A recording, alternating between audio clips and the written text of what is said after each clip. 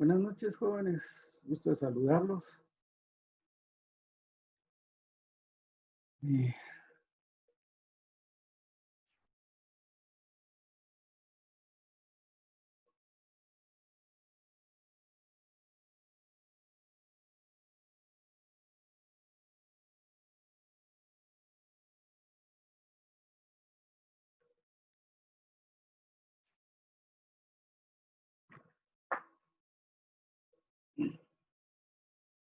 Bien, hoy les quiero contar que, pues, el examen ya está en la plataforma, ¿verdad? Lo pueden descargar el lunes a las 7 de la noche y deberán cargarlo otra vez a la plataforma a más tardar el día miércoles a las 7 de la noche. O sea que lo descargan lunes en la noche, tendrán todo el martes y todo el miércoles para realizarlo y lo deben subir, repito, a más tardar el día miércoles a las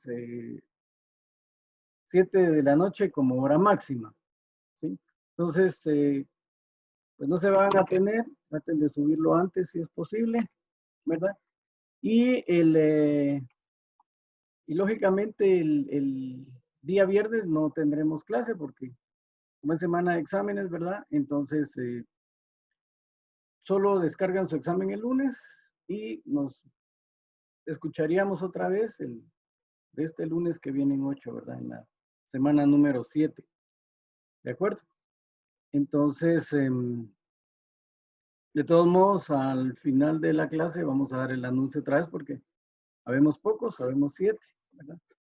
Ya, y por el WhatsApp del grupo, también les voy a indicar que ya está cargado el examen, ¿verdad? Para que lo puedan contestar. ¿De acuerdo? No es un examen, mm, digamos, extremadamente eh, difícil, ¿verdad? No, es solo que analicen bien y que puedan contestar las preguntas. Hay 10 de selección múltiple, 10 de falso y verdadero y una de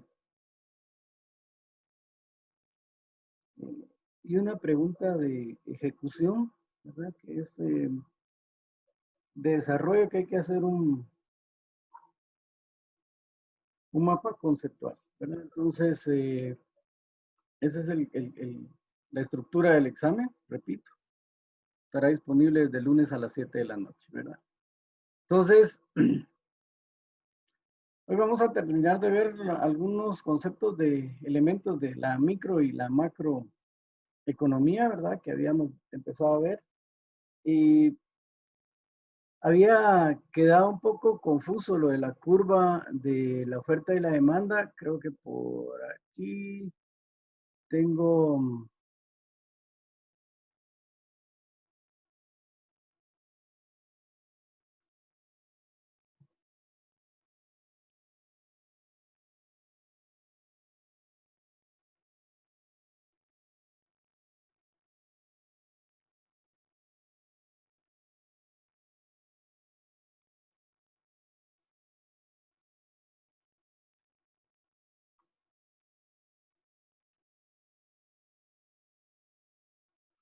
En este video vamos a analizar qué significa el equilibrio del mercado.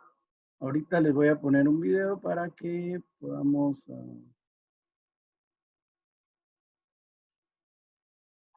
Les voy a compartir mi pantalla.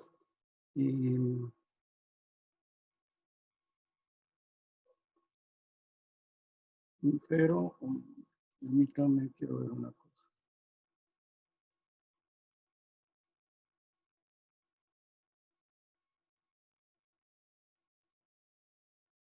Para que entendamos un poco la curva del equilibrio del mercado, ¿verdad?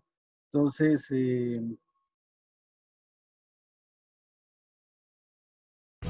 En este video vamos a analizar qué significa el equilibrio de mercado, cuando hay un exceso de oferta o de demanda y cómo independientemente del precio inicial siempre se llega al equilibrio. En esta gráfica ponemos juntas la curva de demanda y la curva de oferta del mercado de gaseosas. En el punto A en el que las curvas se cruzan se llama equilibrio del mercado. Aquí el precio de equilibrio es $3 y la cantidad de equilibrio es 6 gaseosas. Quiere decir que en este punto tanto vendedores como compradores están satisfechos. Con el precio de $3 los vendedores ofrecen la cantidad de gaseosas que quieren y los compradores obtienen la cantidad que desean. Ahora supongamos una situación de desequilibrio donde el precio está por encima del precio de equilibrio, por ejemplo $4. A este precio los vendedores están dispuestos a ofrecer 9 gaseosas, pero los compradores a ese precio más alto solo están dispuestos a comprar 4 gaseosas. En esta situación hay un exceso de oferta. El paso siguiente para los vendedores es reducir el precio. Al bajar el precio aumenta la cantidad demandada y se reduce la cantidad ofrecida, volviendo así al punto de equilibrio. Un caso contrario es cuando el precio está por debajo del precio de equilibrio, por ejemplo $2. A ese precio más bajo los compradores no pueden obtener todas las gaseosas que quieren porque los vendedores a ese precio apenas ofrecen 3 y los compradores demandan 8 gaseosas. En este caso hay un exceso de demanda. En respuesta a esto, los vendedores, como no pueden ofrecer todo lo que se demanda, entonces optan por subir el precio y así se disminuye la demanda. Ahora, con un precio más alto, los vendedores están dispuestos a ofrecer más y nuevamente hay movimiento sobre las dos curvas hasta llegar al equilibrio. En resumen, no importa dónde se encuentre el precio inicial, las fuerzas del mercado harán que siempre se llegue al equilibrio. Espero que te haya gustado el video y no olvides suscribirte si quieres saber de este y muchos temas más.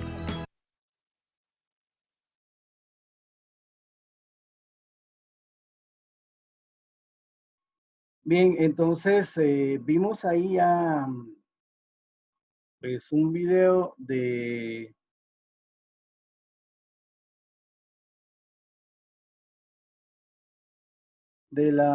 equilibrio, ¿verdad? De la curva de la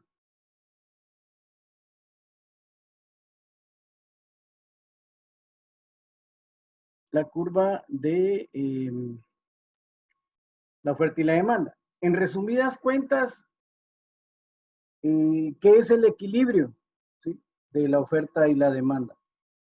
Entonces ahí vimos varios ejemplos en donde se aumentaba la demanda y el precio bajaba, o sea, siempre estaban en contraposición para encontrar un punto de equilibrio.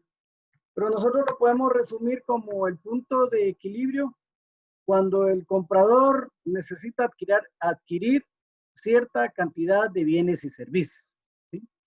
Y el vendedor tiene la capacidad de producir esa misma cantidad de bienes y servicios, ¿verdad? Entonces, en ese punto hay un equilibrio, ¿de acuerdo? Repito, el equilibrio se logra cuando el comprador necesita adquirir una serie de servicios y bienes, o bienes y servicios, ¿sí? Y por el otro lado, el comprador tiene la capacidad de producir la misma cantidad de bienes y servicios que el comprador necesita. Entonces ahí hay un equilibrio, ¿de acuerdo? Para que estemos claros en ese sentido, ¿de acuerdo? Entonces, nos habíamos quedado en esta gráfica de beneficios y costos del crecimiento, ¿verdad? ¿Cuáles eran los beneficios? Pues un nivel de vida más elevado porque hay mayor cantidad de recursos, ¿verdad?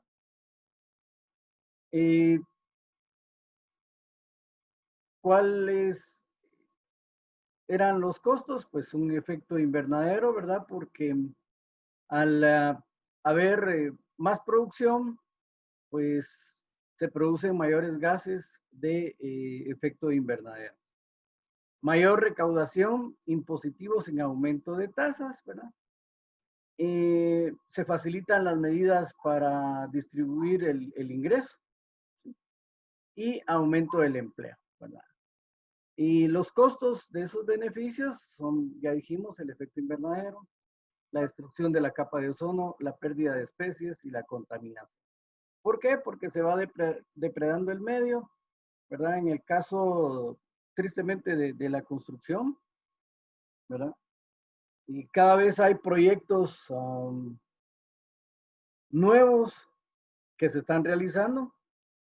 Ustedes pueden ver o pueden observar aquí en la capital la cantidad de edificios de apartamentos, ¿verdad? Porque ese es el nuevo boom ahora, porque ya no hay el recurso tierra, ¿verdad? Para hacer viviendas individuales, sino que, pues, lo que están haciendo muchas empresas constructoras y las de bienes y raíces es que compran varios terrenos, ¿verdad?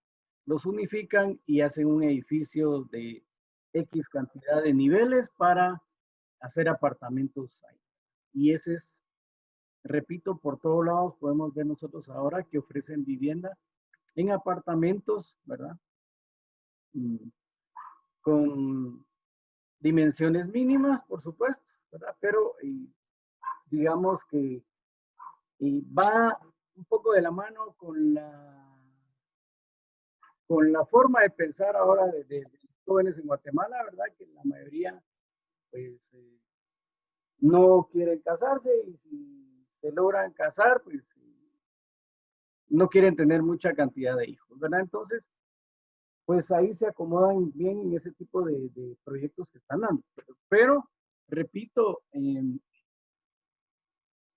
eso implica muchas veces quitar la capa vegetal y al quitar la capa vegetal, pues hay un aumento de la temperatura, ¿verdad? Porque hay más capa de cemento, capa de asfalto. Y entonces eso hace que la temperatura se eleve también y produce todos los efectos que vemos, la pérdida de especies, hay más contaminación, ¿verdad? Porque al haber menos capa vegetal, pues ya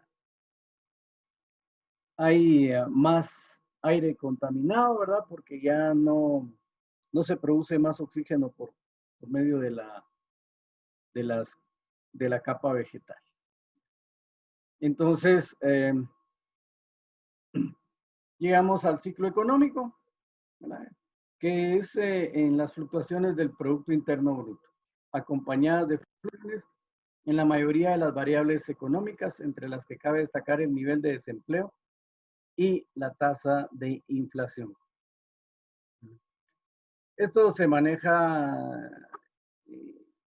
el Producto Interno Bruto que va y en el otro lado, o sea, hay expansión, luego hay picos, hay recesión, se produce más y de esa manera se maneja la curva en el tiempo del Producto Interno Bruto. Generalmente ese Producto Interno Bruto se mide por un tiempo estipulado de un año, ¿verdad? Entonces cada año se mide el Producto Interno Bruto. Y el desempleo afecta a aquellas personas de la población activa que, reuniendo las condiciones de edad y capacidad física y mental para realizar un trabajo remunerado, buscan empleo y no lo encuentran, ¿verdad? El valle es cuando se mantiene, digamos que un nivel estable de la curva. No hay ni ascenso ni descenso, sino que se mantiene ese nivel, ¿de acuerdo? En este caso, acá, pues hay muchos factores que afectan el desempleo, ¿verdad? Cuando el gobierno también no se preocupa por generar nuevas fuentes de trabajo. Entonces, se produce el desempleo porque van a haber menos oportunidades de realizar el trabajo. Aparte de eso, aquí se menciona bien que es gente de la población activa que reuniendo las condiciones de edad y capacidad física y mental no encuentran un trabajo. Porque a todos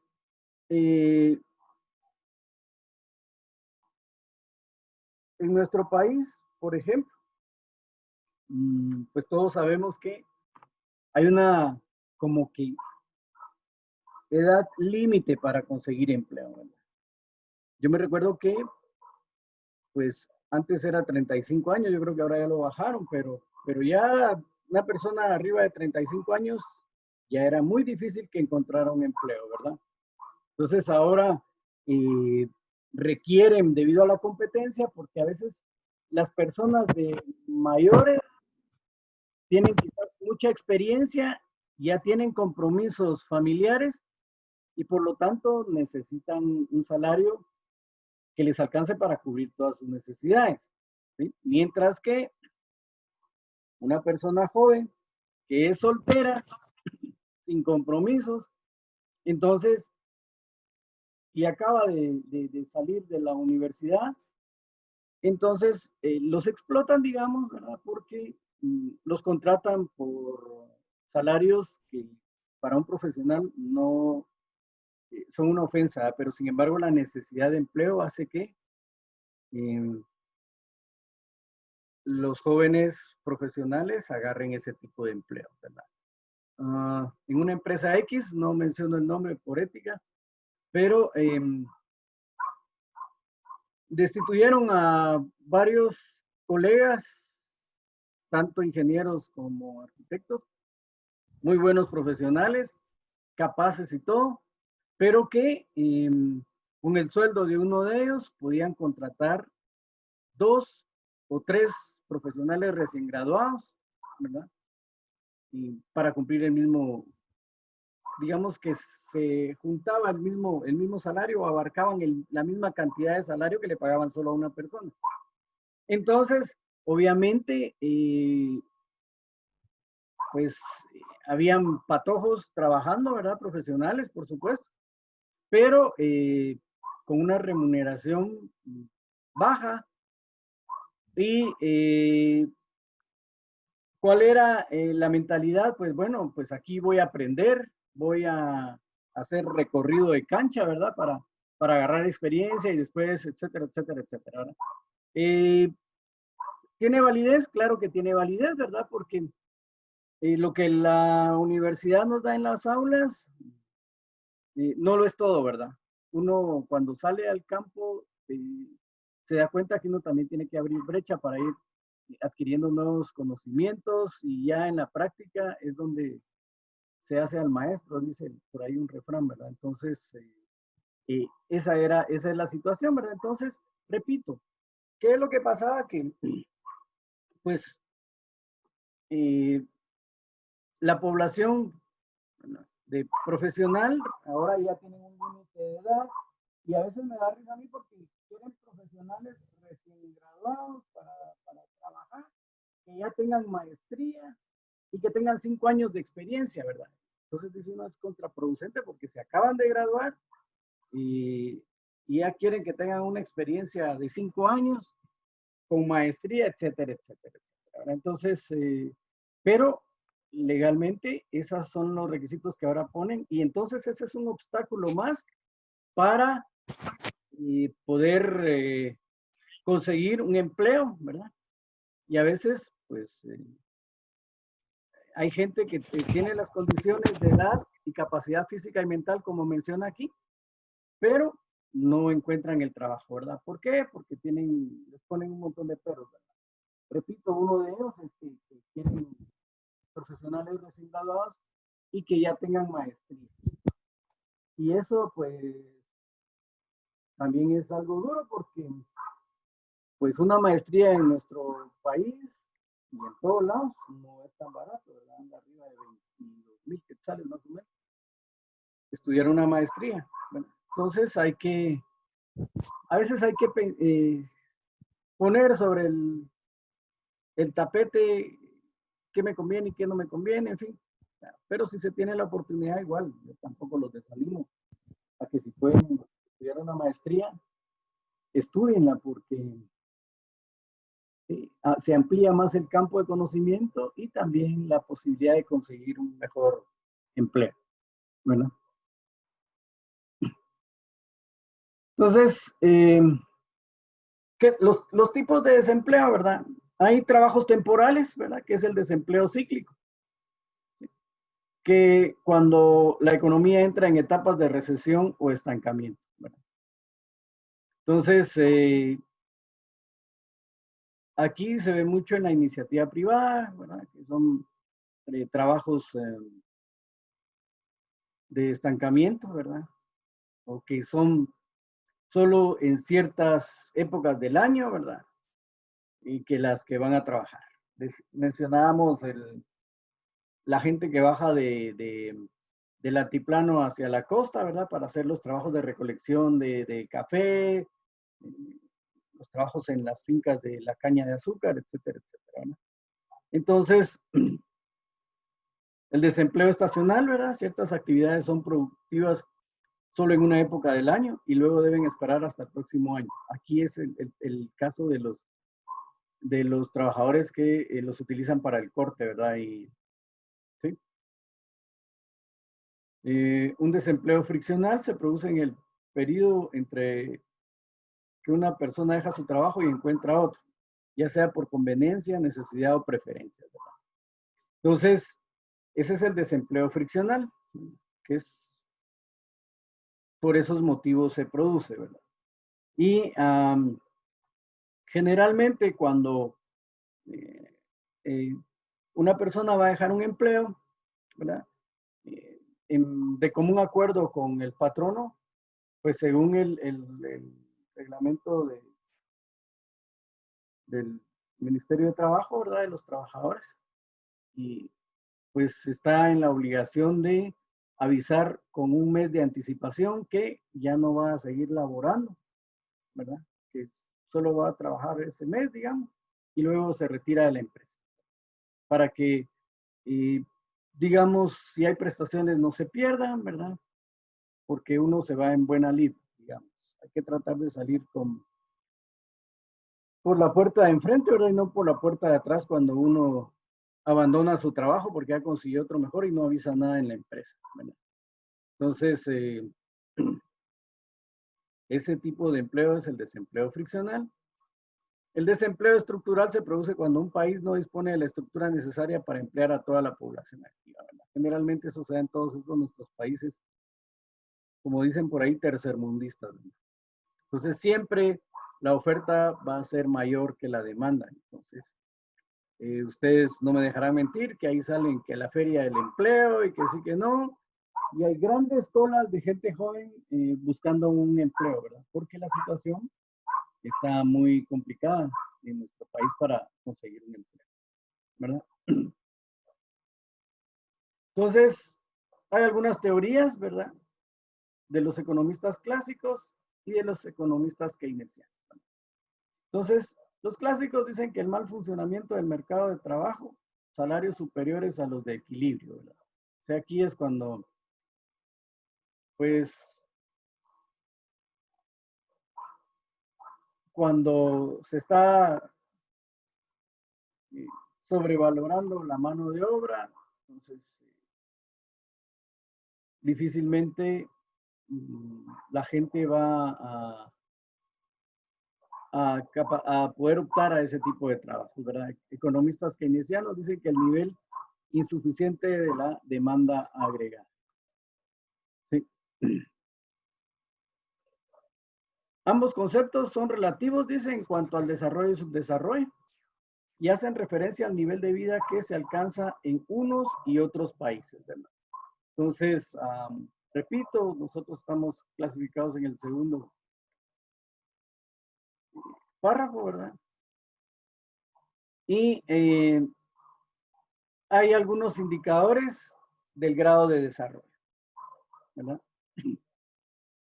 Baja renta por habitante. O sea, aquí, pues, es cuando el salario no alcanza más que para cubrir lo básico, ¿verdad?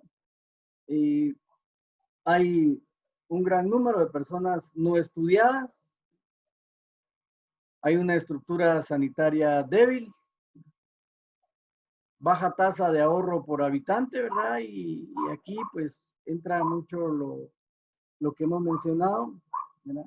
También entra lo de, ustedes no me dejarán mentir, de que ahorita con este problema que es mundial que se dio, pues si antes uno tenía que estirar el billete de a 100 para comprar algo, pues ahora se puso más dura la cosa porque adquiere uno menos productos y de igual manera se va el billete, ¿verdad? Con menos cantidad. ¿Por qué? Porque todo subió.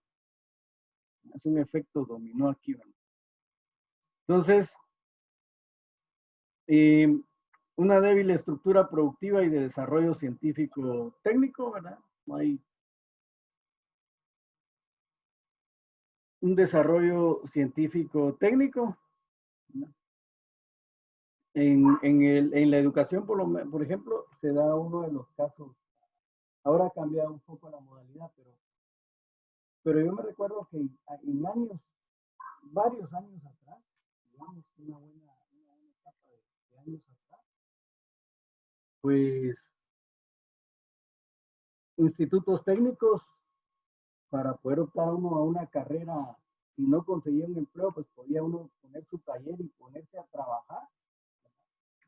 Y pues solo existía aquí en nuestro país el técnico vocacional, ¿verdad? El Heinrich Fishman. Y estaba el técnico industrial en Mazatenango, que eran los únicos dos que daban ese tipo de educación técnica, digamos. El resto, las carreras normales, magisterio, bachilleres, peritos contadores, o sea, solo preparando gente para empleos de oficina, etcétera, etcétera, ¿verdad? Pero luego se fue abriendo un poco más el campo en Mazate, sí, era uno de los pocos, él ha de ser técnico de Mazate, ¿verdad? Porque salió de ahí. Yo tuve la suerte también de graduarme, pero del técnico de aquí de Guate, ¿verdad? Y entonces, pues eso le permite a uno, si no encuentra un trabajo formal, pues poder trabajar pues poner su pequeño taller, su pequeña empresa para poder empezar uno a trabajar y no depender de un trabajo de oficina, por así decirlo, ¿verdad? Entonces esa era una de las ventajas. En la actualidad, pues ha cambiado un poco la mentalidad porque ahora hay, digamos que una gran cantidad de instituciones escolares que ofrecen carreras técnicas, ¿verdad? Entonces, ¿por qué? ¿Por qué se dieron cuenta? Y los estudios y la experiencia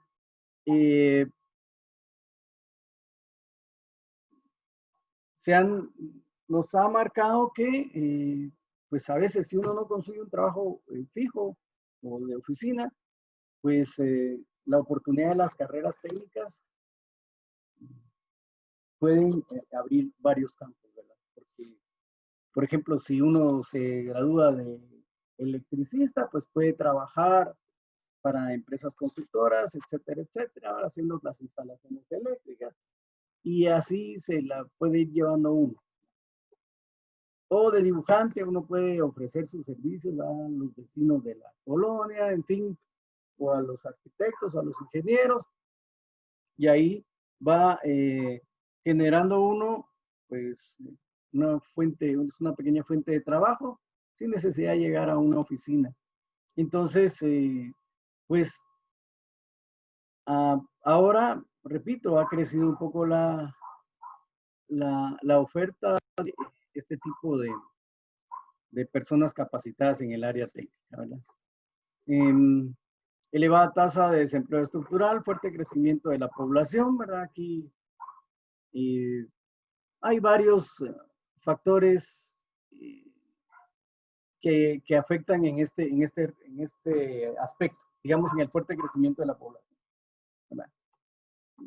Uno de ellos, y creo que uno de los principales, es la inmigración hacia la ciudad capital. O sea, la mayoría de gente emigra hacia la ciudad capital porque aquí es donde están las mayores fuentes de trabajo, ¿sí? O las mayores oportunidades de crecimiento, ¿sí? Sin embargo, pues mm, el tiempo ha ido cambiando, ¿verdad? Y ahora, pues, hay muchos profesionales, muchas empresas que se han descentralizado de acá y en sus mismos municipios, departamentos, han puesto fuentes de trabajo. Y entonces eso va ayudando también a mejorar un poco el aspecto este del fuerte crecimiento de la población, porque ya no hay necesidad de venir a la capital a buscar un empleo, sino que probablemente ya lo consigamos en el lugar donde nosotros. Y eso, aunado a la educación superior, ¿verdad? Porque ustedes no me dejarán mentir que ya en gran parte de las regiones del país ya hay extensiones de las universidades del país, ¿verdad? Especialmente de la nuestra, la Mariana, y otras que aparecen también en todos los sectores. Entonces, eso es también parte de evitar la concentración de población únicamente aquí en la capital, ¿verdad? Elementos que determinan el subdesarrollo, pues la asignación ineficiente de recursos. Aquí mencionábamos que pues los recursos están más mal empleados. Digamos que no solo son pocos los recursos, sino que están mal administrados, ¿verdad? Entonces, no se invierten en lo que se debería de invertir, ¿verdad? Y el caso, pues, que sería querer tapar el sol con un dedo, dijo aquel, es la salud de nuestro país, ¿verdad? Todos se han dado cuenta de los problemas de salud, ¿verdad? Y que no es precisamente solo ahora en esta época de la pandemia, sino que toda la vida los servicios que prestan los hospitales han, han sido muy deficientes, ¿verdad? Por ahí hay un par de hospitales, pero porque, digamos, el gobernante era de esa región, y entonces, pues, los hospitales están bastante bien equipados, ¿verdad? Como es el caso del de Zacapa. ¿Sí? Hay desequilibrios macroeconómicos, escasez de capital físico, ¿verdad? Limitación del capital humano y relaciones comerciales desventajosas, ¿verdad? Entonces, ese tipo también de factores pueden determinar el subdesarrollo, ¿verdad? Por ejemplo, que nos limiten el que nuestros productos entren a cierto mercado, etcétera, etcétera. Todo eso va también incluyendo, ¿verdad? Y pues cuando se conjugan los tres factores, tanto el social, el ecológico como el económico, pues hay un equilibrio sostenible y equitativo, ¿verdad? Porque hay soportable, esto es viable el económico, y el social en que todos tuvieran las mismas oportunidades, entonces se logra un desarrollo sostenible, ¿verdad? Eh, Eso es creo que teníamos otro video por aquí para entender qué era la micro y la macroeconomía, ¿verdad? Y se los voy a compartir para que lo podamos ver. Deme un segundito, por favor.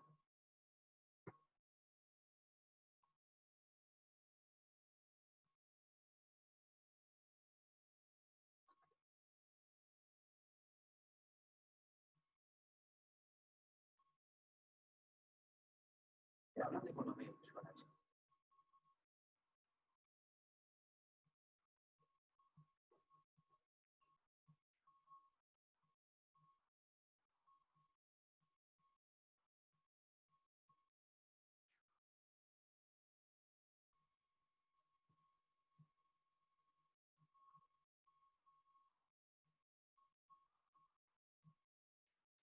¿Te hablan de economía y te suena chino?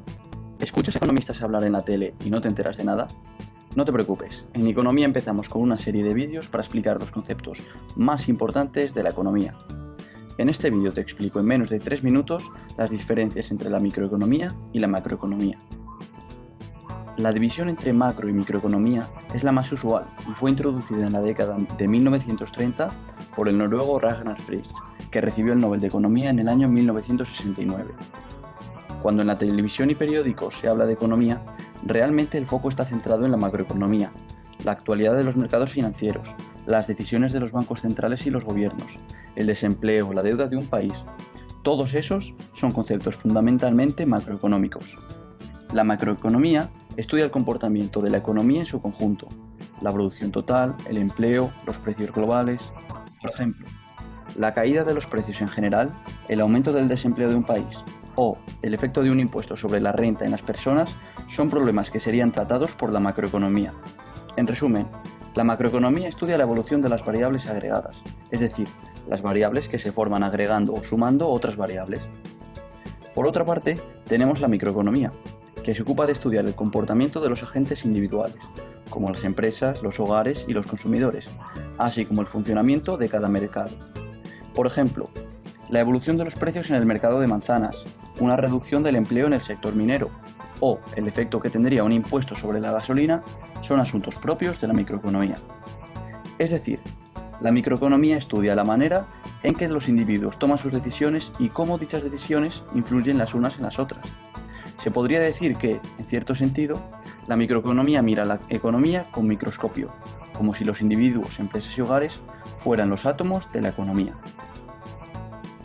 Es importante comprender que ambas disciplinas están interconectadas, ya que los resultados globales vienen determinados por la interacción de todas las partes. Por ejemplo, un macroeconomista puede estudiar la repercusión del aumento de un impuesto sobre la renta en la producción total de un país, que es una variable macroeconómica.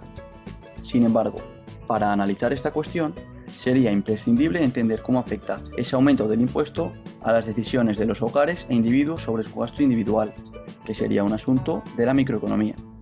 Si bien es cierto que, a pesar de estar estrechamente relacionadas, la microeconomía y la macroeconomía se ocupan de estudiar problemas distintos, y por ello utilizan instrumentos y modelos diferentes para analizarlos. ¿Te ha sido útil este vídeo? No olvides darle a like y suscribirte para no perderte futuros vídeos de la serie de conceptos fundamentales de economía.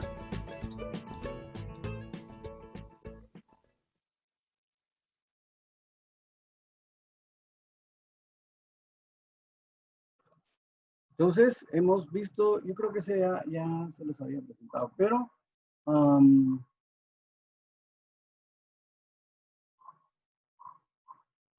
creo que era otro el que les quería mostrar. Déjenme. Este es el del flujo circular y el Producto Interno Bruto. Déjenme chance.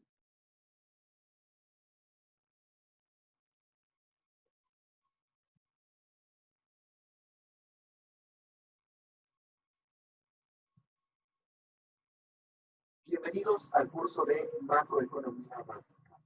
En esta ocasión,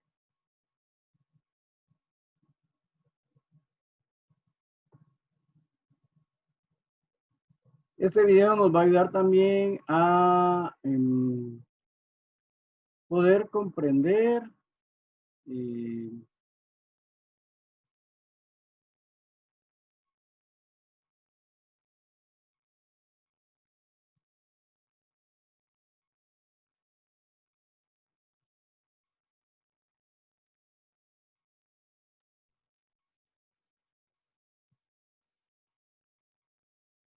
sobre el Producto Interno Bruto y el flujo circular.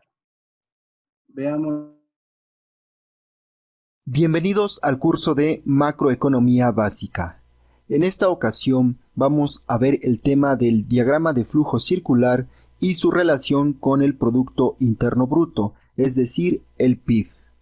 Primero vamos a ver algunos conceptos básicos. Para el diagrama del flujo circular vamos a considerar dos principales agentes económicos, las familias y las empresas, aunque existen otros agentes. Para simplificar por el momento solo vamos a considerar a las familias y las empresas. Las familias cumplen dos funciones dentro del flujo circular. Por un lado, son propietarios de los medios de producción, es decir, de los factores, y, por otro lado, demandan bienes y servicios. En cuanto que las empresas también tienen dos funciones.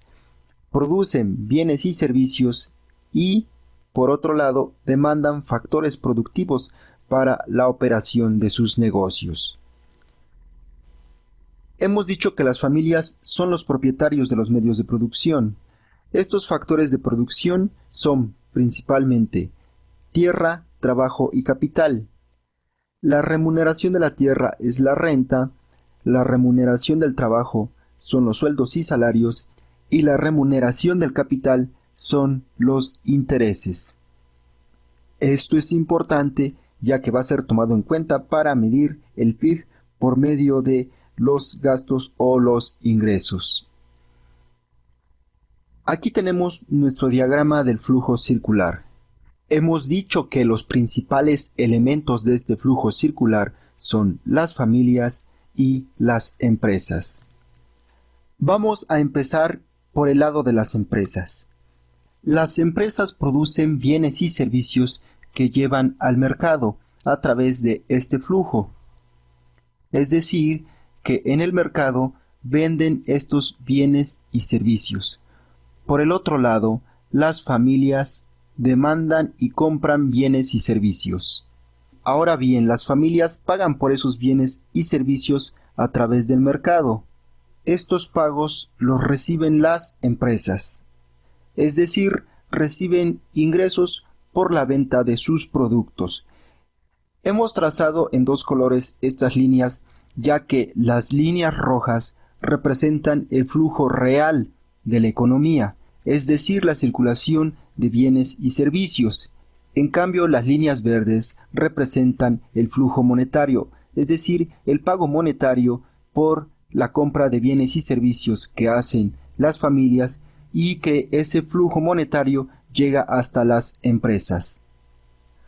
Ahora veamos cómo es el funcionamiento en el mercado de factores. Las empresas para producir sus bienes requieren de factores, es decir, van a acudir al mercado en busca de esos factores para producir sus bienes. Entonces vemos que del mercado fluyen hacia las empresas factores de producción. Pero esos factores productivos no están libres, sino que son llevados por las familias hacia el mercado, ya que las familias son los dueños de los factores de producción. Entonces las familias acuden al mercado para ofrecer trabajo, tierra y capital, que son los tres principales factores productivos. Por el lado del flujo monetario, vemos que las empresas deben pagar un coste por la compra de esos factores productivos. Esos costos que pagan las empresas los reciben las familias por el pago de los factores productivos de los cuales ellos son propietarios. Estos pagos constituyen un ingreso para las familias. Principalmente son salarios, intereses y beneficios por el pago de la tierra, el trabajo y el capital. En resumen, decimos que las empresas producen bienes y servicios que llevan al mercado. Las familias demandan estos bienes y servicios y pagan a las empresas por estos bienes y servicios. Ahora bien, las familias, al ser las propietarias de los factores productivos, venden en el mercado esos factores a las empresas. Las empresas demandan factores y pagan el costo a las familias.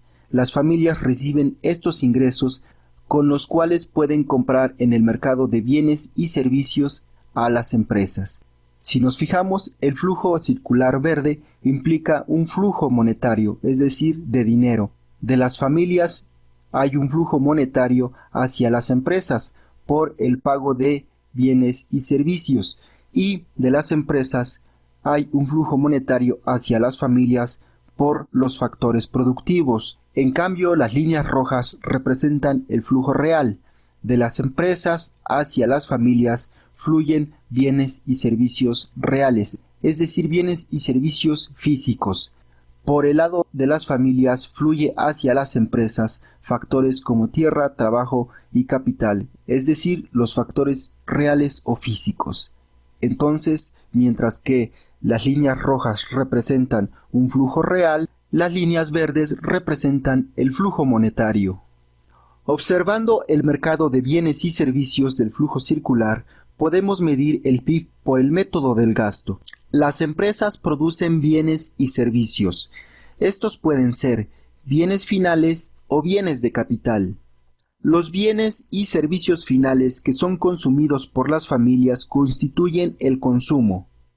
Los bienes de capital son comprados por las empresas para la producción y constituyen parte de la inversión. El gobierno hace compras tanto de bienes finales como de bienes de inversión. Esto constituye el gasto del gobierno. Parte de los bienes producidos por las empresas se van al extranjero, mientras que otros bienes que son consumidos proceden del exterior del país. Esto constituye las exportaciones netas. En conclusión, los gastos en consumo de bienes y servicios producidos por las empresas conforman el Producto Interno Bruto por el método del gasto. Y aquí lo tenemos representado en esa fórmula. Decimos que el PIB es igual al consumo más la inversión más el gasto del gobierno más las exportaciones netas. Pero el PIB también se puede medir considerando las remuneraciones a los factores de la producción. Esto se observa en el mercado de factores del flujo circular. Las empresas pagan a los propietarios de los factores de producción. Esos pagos constituyen costos para las empresas, a su vez son ingresos para las familias. Los principales componentes del Producto Interno Bruto por pago a los factores de producción son los sueldos y salarios, los intereses y alquileres, los impuestos indirectos, la depreciación y los beneficios. Esto lo podemos ver en el flujo circular. Es decir, que por medio del mercado de bienes y servicios se puede calcular el PIB por el método del gasto, ya que recordemos que el PIB es la producción de bienes y servicios durante un periodo de tiempo. Esta producción la consumen principalmente las familias, el gobierno y el extranjero. Entonces, a través del mercado de bienes y servicios se puede calcular el PIB. Como ya hemos visto, el PIB es igual al consumo más la inversión más el gasto del gobierno más las exportaciones netas. Todo esto es consumo de bienes y servicios que se realiza a través del mercado de bienes y servicios. Por el otro lado tenemos al mercado de factores. En el mercado de factores se pagan a los factores productivos, tierra, trabajo y capital. Y como ya hemos dicho, los ingresos que reciben las familias por el concepto de pago de factores son salarios, intereses y beneficios. También se incluyen los impuestos indirectos y la depreciación. El pago de estos factores productivos lo realizan las empresas. Por lo tanto, el PIB se puede calcular como la suma del ingreso por el pago de los factores productivos o también se puede calcular como el costo de los factores productivos.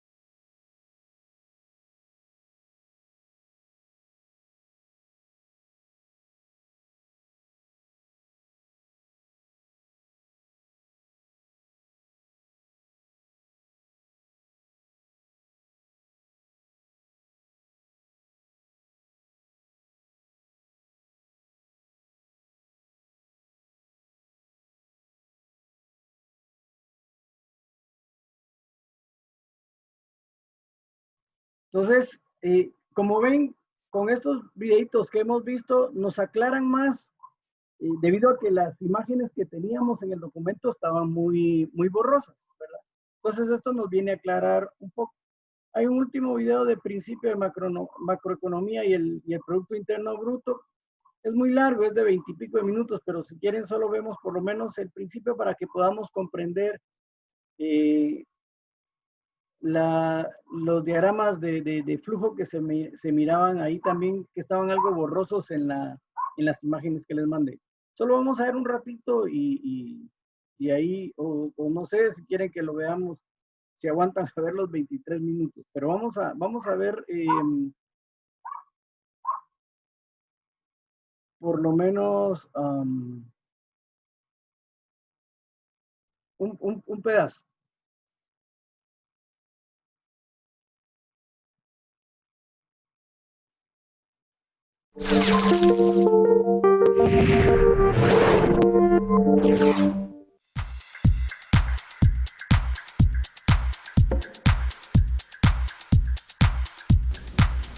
Un cordial saludo para todos. En esta ocasión vamos a hablar de lo que es la macroeconomía y el PIB. La macroeconomía se refiere a la parte de la teoría económica que se encarga de estudiar los agregados económicos. ¿A qué se refiere con los agregados económicos?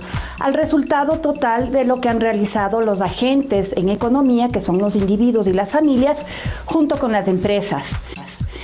¿Qué es lo que vamos a evaluar dentro de estos agregados? El monto total de bienes y servicios que se ha producido, el total de ingresos que se ha generado en la economía, el nivel de empleo, cómo se han utilizado los recursos productivos y cómo se han comportado en general los precios. La macroeconomía se centra principalmente en dos temas. El primero, el crecimiento económico, que consiste en evaluar cómo se va expandiendo la producción en un país en el mediano y en el largo plazo. Y el segundo tema, los ciclos económicos. ¿A qué se refieren los ciclos económicos? En la economía la producción crece y decrece, no tiene una línea recta a lo largo del tiempo. Cada vez que hay un crecimiento llegamos a un punto tope que se llama el auge, y cada vez que hay un decrecimiento llegamos a un pico de crisis. En este proceso hay contracciones y hay crecimientos, ¿no es cierto?, que debemos evaluarlas tanto en el corto plazo como en el mediano y largo plazo. Las decisiones que toman tanto los individuos como las empresas para poder mejorar la producción y también la productividad inducen al Estado a tomar decisiones. Habíamos visto anteriormente que las decisiones que toman las empresas están relacionadas con cómo maximizar su utilidad, y las decisiones que toman los individuos están relacionados a cómo adquirir la mayor cantidad de bienes y servicios. Pero ahora el Estado mira en un contexto grande cómo se puede lograr un mayor bienestar para toda la economía. Cada vez que el Estado toma decisiones estamos hablando de políticas económicas. ¿Qué son las políticas económicas? Un conjunto de medidas gubernamentales destinadas a influir en la marcha de la economía en su conjunto. Como no existe una estrategia única para enfrentar los problemas en un país, tenemos en realidad una combinación de políticas que están condicionadas a las circunstancias, si estamos en fase de crecimiento, en fase de contracción, a la ideología que tienen los grupos de gobierno, a la afectación que queramos conseguir con una variable. Queremos conseguir expansión, queremos conseguir contracción, a la fase del crecimiento de la producción que tengamos. Entonces, dentro de todas estas circunstancias, el Estado va a definir qué queremos hacer para influir en la producción, en el empleo, en la estabilidad general de los precios que se va a reflejar a través de la inflación, y también en cómo nos vamos relacionando con otros países, que todo esto se va a reflejar a través de la balanza de pagos, especialmente en el saldo de cuenta corriente, cuando nosotros medimos si es que hay un déficit o un superávit en balanza comercial. Las políticas macroeconómicas comprenden diferentes tipos de estrategias. Podemos agruparlas de la siguiente manera. Un grupo de estrategias que tienen que ver con el manejo del dinero, la política monetaria. ¿Y qué es la política monetaria? Está constituida por las decisiones que toma la autoridad monetaria sobre dos temas principales. Uno, el precio del dinero, que está reflejándose en la tasa de interés. Dos, la cantidad de dinero que está circulando en la economía, que se llama la oferta monetaria. El objetivo es el de facilitar el crecimiento económico, incrementar el empleo, lograr estabilidad de precios, obtener un manejo racional del crédito y, en general, regular, controlar y desarrollar todo el funcionamiento del sistema financiero. Si el gobierno está considerando que hay que reactivar la economía porque estamos en una fase recesiva, lo que debemos hacer es aplicar política monetaria expansiva. ¿Qué es la política monetaria expansiva? Aumentar la cantidad de dinero que está en circulación, bajando las tasas de interés, que es el precio del dinero. Cada vez que se bajan las tasas de interés, se está activando el crédito, se está activando la inversión. ¿A través de qué elementos puede el gobierno controlar esto? Primero, puede comprar o vender bonos en bolsa de valores, así se va a inyectar o se va a retirar circulante de la economía.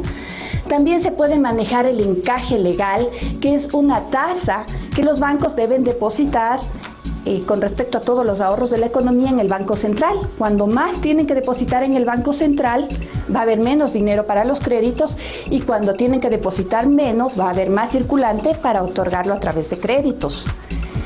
La tercera es la de créditos interbancarios, que son los créditos que el Banco Central está otorgando a los bancos comerciales, de manera que cuando los precios suben más de lo previsto, es decir, cuando hay inflación, el gobierno lo que va a hacer es aplicar una política restrictiva.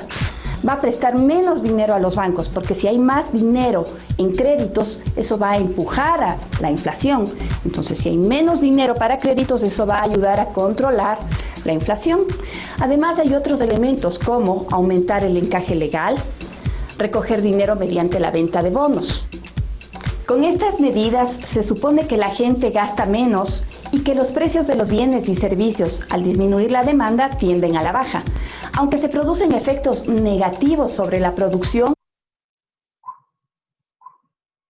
Bueno, aquí creo que está metiendo más a teorías económicas y nos va a hacer más bolas, pero creo que... Empresas que son el segundo actor, que todo lo que se produce finalmente debe satisfacer las necesidades de esas mismas personas. Las empresas que son el segundo actor son los entes que utilizan los factores de producción que están proporcionados por las familias para poder producir estos bienes y servicios que luego estas mismas familias van a demandar o van a consumir. Por el uso... Bueno, esto es prácticamente lo que vimos, creo que estaba más claro en el video anterior, ¿verdad? Entonces,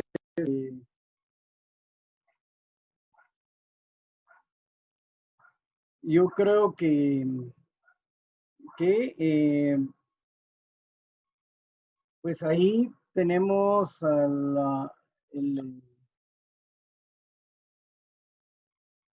ya un panorama más claro de lo que es la micro y la macroeconomía, ¿verdad? Entonces, solo para recordarles que pues la otra semana es el examen, ¿verdad? Y el día lunes pueden descargar ustedes el examen. Va a estar disponible desde el lunes a las 7 de la noche, ¿verdad? Y a esa hora lo pueden descargar, lo pueden trabajar y lo pueden subir a la plataforma hasta el día miércoles a las 7 de la noche como fecha y hora máxima, ¿sí? Eso no implica que si ustedes lo terminan antes lo puedan subir, ¿verdad? Claro que lo pueden subir, ¿de acuerdo? Y eso sería a partir del día lunes, ¿verdad? Miércoles se cierra. Y el día viernes no tendríamos clase, sino que hasta el lunes estaríamos hablando de el lunes 24, que sería ya la séptima semana de clases, ¿verdad? No sé si hay alguna duda, si no, dejaríamos por ahí. Les deseo suerte para su examen, ¿verdad? Yo creo que pues tienen todos los documentos para poder analizarlo y resolverlo. No es un examen extremadamente difícil. Repito, hay 10 preguntas de selección múltiple, 10 preguntas de falso verdadero y un tema de desarrollo que es hacer un mapa conceptual. Si pues les queda duda, pueden investigar en la web qué es un mapa conceptual, cómo se realizan, etcétera, etcétera, para que les pueda servir, ¿verdad? Entonces, ahí dejaríamos la clase si no hay dudas, ¿verdad? Y nos vemos hasta dentro de una semana, el día lunes 24, ¿verdad? El examen, repito, va a estar disponible desde el lunes 17 y hasta el miércoles 19, ¿de acuerdo? Miércoles 19 a las 7 de la noche se cierra la plataforma. Entonces ahí lo pueden trabajar. Perfectamente tienen el tiempo suficiente para poderlo trabajar, ¿verdad? Entonces, repito, si no hay ningún pendiente, nos platicaríamos el día lunes de la otra semana, perdón, de la lunes 24. Si hubiese alguna duda, perdón, vamos a ver, aquí hay alguna. Sí, o sea, ¿qué va a venir hoy? ¿Qué va a venir en el examen? Administración, los conceptos, la historia, la SAT, el LICS y la micro y macroeconomía. Nada más. ¿De acuerdo? No viene nada extraordinario que no hayamos visto, ¿verdad?